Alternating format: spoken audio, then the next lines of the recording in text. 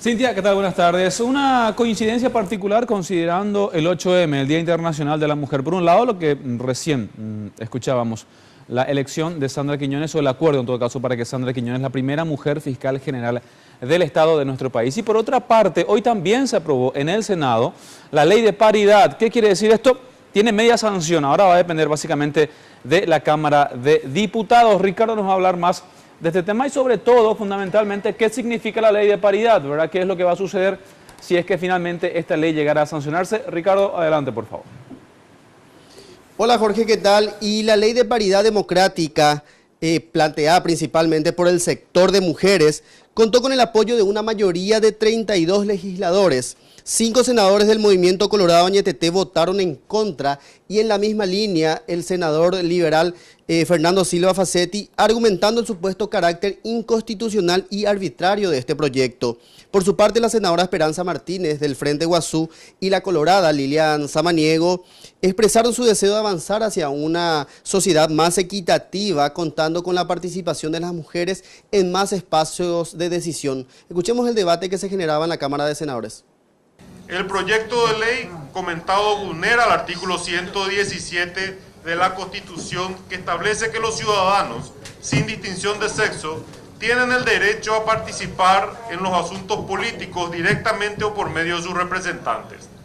Esta declaración no solo implica que los ciudadanos de ambos sexos sean titulares del derecho de participación, sino también supone que la ley no puede introducir distinciones por razón de sexo a afectados del ejercicio en este derecho.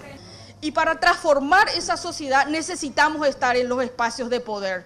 No queremos estar detrás ni delante, sino queremos estar al lado, compartiendo las responsabilidades del Estado, porque sin poder no se transforma la sociedad. Y el poder político que ha sido históricamente negado a las mujeres, hoy es el día en que nosotros exigimos.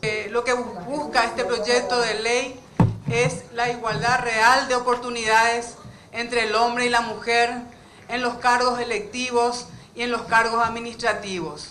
Todos sabemos a lo largo de la historia paraguaya el aporte que significa el trabajo de la mujer y lo que representa la mujer para cada uno de los ciudadanos. ¿Qué significa para los varones su madre, su hermana, su esposa? Y en apelo a ese reconocimiento de lo que damos las mujeres todos los días a nuestra sociedad para contar con una ley que garantice realmente esa oportunidad.